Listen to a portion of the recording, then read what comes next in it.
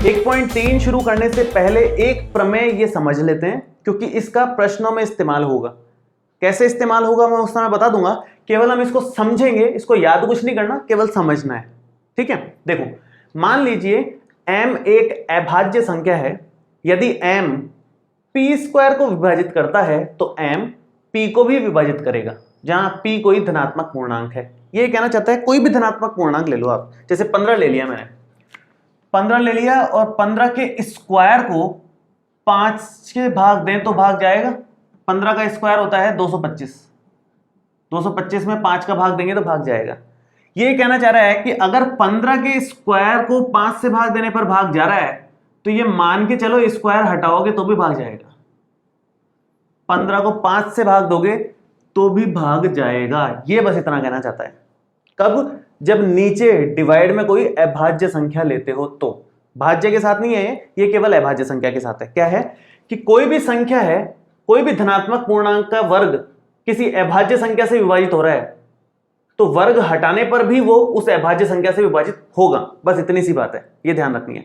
एक और एग्जांपल मैं लेता हूं यहां पर। जैसे मान लो 6 का स्क्वायर है, 6 का स्क्वायर 2 से विभाजित हो रहा है, क्योंकि 6 6 36 होता है।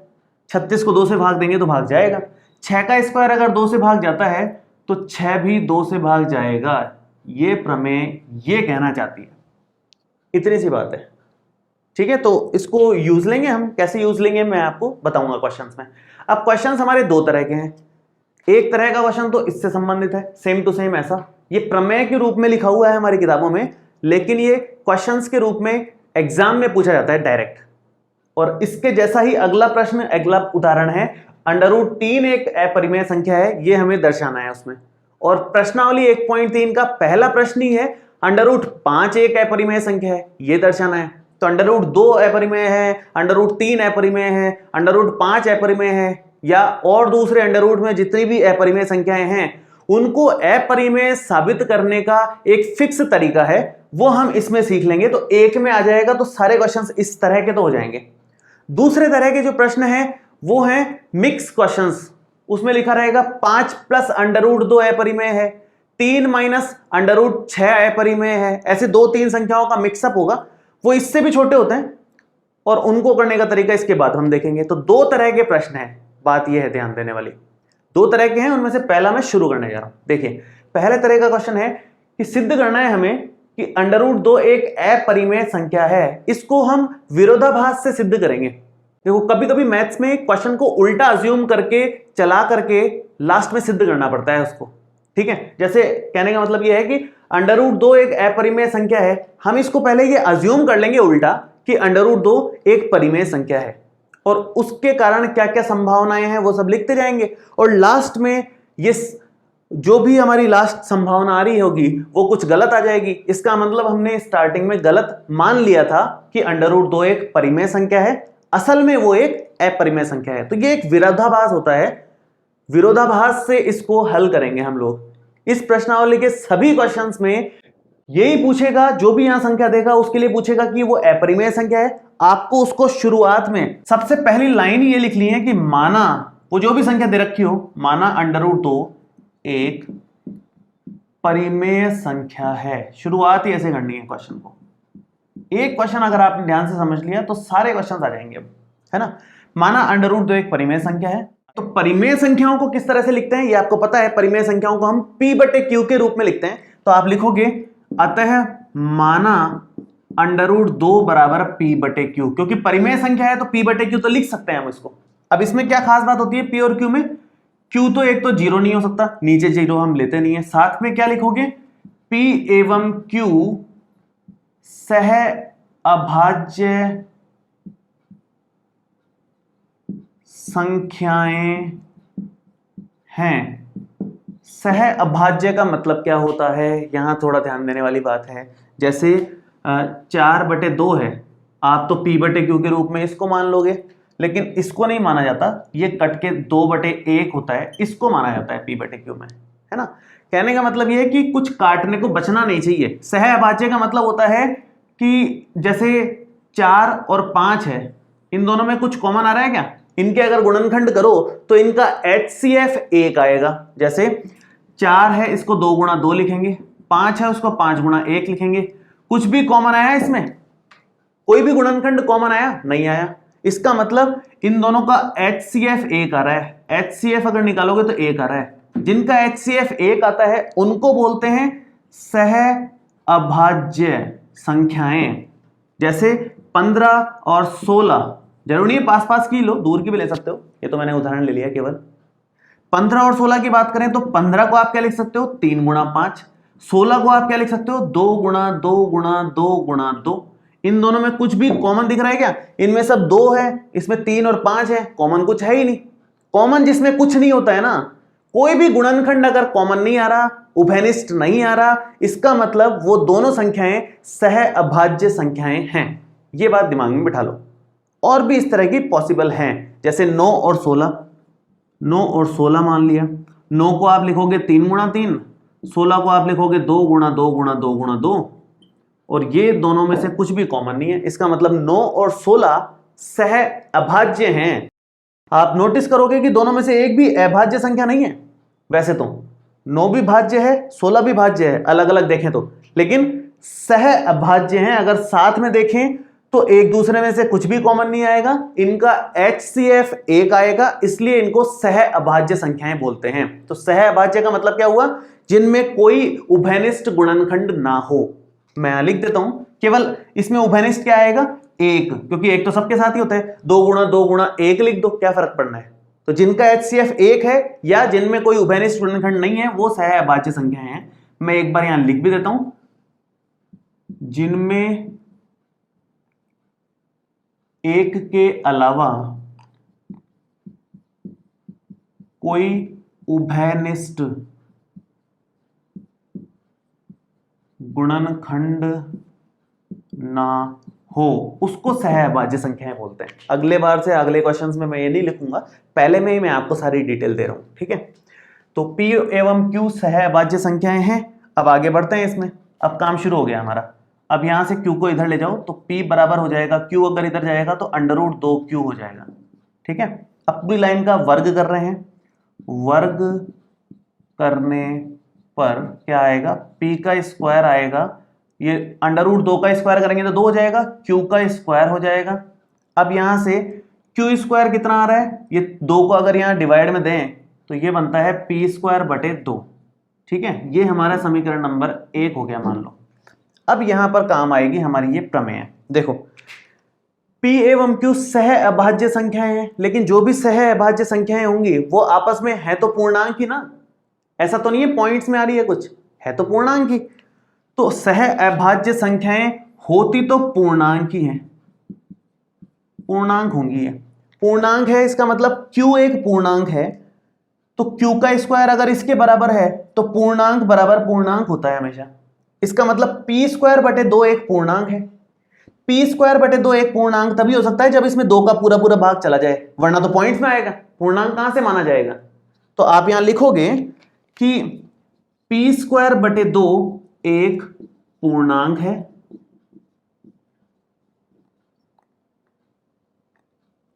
अतः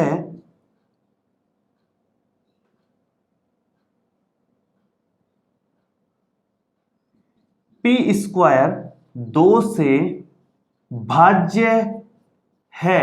P का स्क्वायर 2 से भाग, P स्क्वायर 2 से भाज्य है। P के स्क्वायर में 2 का भाग जा रहा है, जैसे यहां पर किया था। किसी के स्क्वायर में अगर किसी अभाज्य संख्या का भाग जा रहा है तो उस संख्या में भी उस अभाज्य संख्या का भाग जाएगा। तो आप लिखोगे अगली लाइन में, अतः P भी 2 से भाज्य है। क्योंकि P स्क्वायर 2 से भाज्य है तो P भी 2 से भाज्य है। तो मैं इधर लिख देता हूं, P स्क्वायर 2 से भाज्य है, अतः P भी 2 से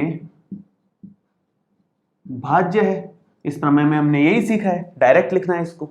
अगर P 2 से भाज्य है, इसका यह मतलब है कि P को 2 से भाग देने पर कुछ ना कुछ आएगा। 2 से भाग जा रहा है पूरा पूरा, तो मान लो कि P को 2 से भाग देते हैं तो K1 आता है। अगर P को 2 से भाग देने पर K1 आता है तो P का मान कितना आ गया? 2K1। ये समीकरण नंबर हमारी 2 हो जाएगी। P का मान हमारे पास आ गया। इस P के मान को समीकरण 1 में रख दो। अब समीकरण 1 में रखने पर क्या बनेगा, देखो क्यू स्क्वायर का मान हो जाएगा, पी का मान यहां रखोगे तो ये है 2k1 का स्क्वायर बटे 2। 2k1 का स्क्वायर कितना होता है, ये होता है 4k1 स्क्वायर बटे 2। मतलब अगली लाइन में मैं इधर से कर देता हूं, तो क्यू स्क्वायर का मान ये कट करके इस तरफ कर रहा हूं मैं, देखो ये आ जाएगा 2k1 स्क्वायर, कट गया 4 से 2, तो क्यू स्क्वायर का मान आ गया 2k1 स्क्वायर यहां से। अब यहां से k1 स्क्वायर कितना हो गया, k1 स्क्वायर हो गया क्यू स्क्वायर बटे 2। सेम टू सेम काम यहां भी करना है, 2 के बाद तीसरा समीकरण हो गया है। सेम टू सेम काम यहां भी करना है, जैसे यहां पे लिखा था पी स्क्वायर बटे 2 एक पूर्णांक है, वैसे ही क्यू स्क्वायर बटे 2 भी एक पूर्णांक आएगा, क्योंकि हमने यहां पर ये k1 माना था, वो k1 एक पूर्णांक ही था, ये k1 एक पूर्णांक ही होगा, क्योंकि डिवाइड देने पर कुछ ना कुछ आ रहा है, मतलब पूर्णांक बन गया, वो पॉइंट्स में तो नहीं आ रहा। तो अगर k1 का स्क्वायर पूर्णांक है तो आप लिखोगे क्यू स्क्वायर बटे 2 एक पूर्णांक है, अतः क्यू स्क्वायर 2 से भाज्य है। पूर्णांक तो तभी जाएगा जब पूरा पूरा भाग जाएगा तो ही पूर्णांक माना जाएगा ना, पूरा पूरा भाग नहीं जाएगा तो पॉइंट्स में आ जाएगा, तो पूर्णांक का ही हो गया फिर वो, है ना। अब यहां पर लिखोगे अतः, क्योंकि क्यू स्क्वायर 2 से भाज्य है, अतः क्यू भी 2 से भाज्य है।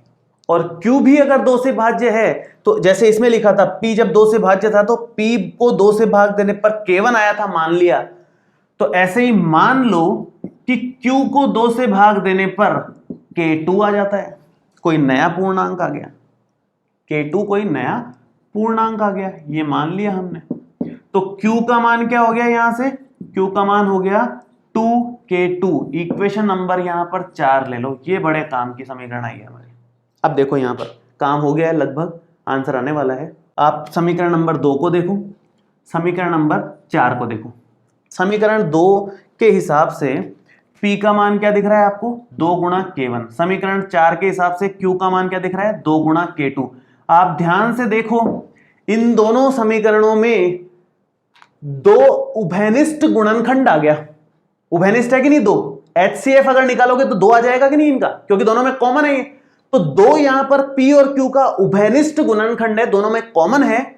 जबकि हमने क्या माना था कि P और Q सहअभाज्य संख्याएं हैं, मतलब एक के अलावा कोई उभयनिष्ठ गुणनखंड नहीं है। इसका मतलब हमने गलत मान लिया, गलत मान लिया मतलब √2 एक परिमेय संख्या है, ये गलत मान लिया, क्योंकि परिमेय संख्या है तभी तो P बटे Q लिखा है, तभी तो सहअभाज्य है।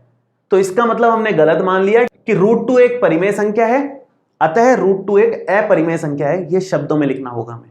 तो देखो मैं क्या लिख रहा हूं, आप लिखोगे समीकरण 2 एवं 4 से स्पष्ट है कि 2 P एवं Q दोनों का उभयनिष्ठ गुणनखंड है। मैं थोड़ी जगह कम है, इस तरफ कर देता हूं। जबकि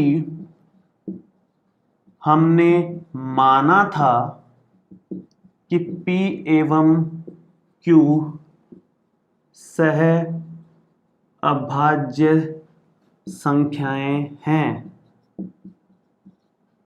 अतः हमारा कथन असत्य है। अतः √2 एक अपरिमेय संख्या है। तो ये हमारा फाइनल कंक्लूजन आया कि √2 एक अपरिमेय संख्या है, क्योंकि हमने गलत मान लिया था, क्योंकि उससे गलत रिजल्ट आ रहा है। ठीक है, तो इस तरह से विरोधाभास से हमेशा क्वेश्चन सॉल्व होंगे। हमेशा क्वेश्चन का शुरुआत होगा ये मान करके कि मान लो √2 एक परिमेय संख्या है। अब क्योंकि परिमेय संख्या है तो P बटे Q के रूप में लिख सकते हैं, लेकिन P बटे Q में यह शर्त होती है कि Q 0 के इक्वल नहीं हो सकता। दूसरी बात, P और Q सहअभाज्य संख्याएं होती है। अब यहां पर P आ गया √2 Q के बराबर, दोनों का वर्ग कर लिया तो पी स्क्वायर बराबर हो गया 2q स्क्वायर के। इस 2 को डिवाइड में ले लिया तो q स्क्वायर का मान आ गया पी स्क्वायर बटे 2। अब यहां पर पी स्क्वायर बटे 2 एक पूर्णांक है तो इस तभी हो सकता है जब पी स्क्वायर में 2 का पूरा पूरा भाग जा रहा हो, तो पी स्क्वायर 2 से भाज्य है। जब पी स्क्वायर 2 से भाज्य है तो इस प्रमेय में हमने सीखा है कि पी भी 2 से भाज्य होगा, स्क्वायर है तो, और पी 2 से भाज्य है तो पी को 2 से भाग देने पर k1 आ गया मान लो, तो 2 उधर भेज दो तो p बराबर 2k1 हो गया। ये एक समीकरण मिल गई, p का मान आ गया। इसी प्रकार q का मान हम निकाल लेंगे। कैसे निकालेंगे? इस p के मान को पहले तो यहां रखो, q यहां से आएगा 2k1 का स्क्वायर हो गया जो कि 4k1 स्क्वायर होगा, नीचे 2 है, काटो तो 2k1 स्क्वायर बचेगा q स्क्वायर। इस 2 को डिवाइड दिया तो k1 स्क्वायर का मान आ गया उससे। अब यहां पर सेम टू सेम काम जो यहां किया था यहां भी लिखोगे, q स्क्वायर बटे 2 एक पूर्णांक है इसलिए q स्क्वायर 2 से विभाज्य है, तभी होगा पूर्णांक, तो पूरा पूरा भाग जाएगा तभी। और q स्क्वायर 2 से भाज्य है तो q भी 2 से भाज्य है, और q 2 से भाज्य है तो 2 से भाग दे दो और कुछ आ जाएगा, k2 मान लो। और अगर आपने ये मान लिया कि 2 से भाग देने पर k2 आ रहा है तो q बराबर हो गया 2k2, 2 गुणा k2। अब ये समीकरण में 2 गुणा k1 था, इस समीकरण में 2 गुणा k2 है, इसका मतलब तो 2 कॉमन आ गया, इनका HCF तो 2 आ गया।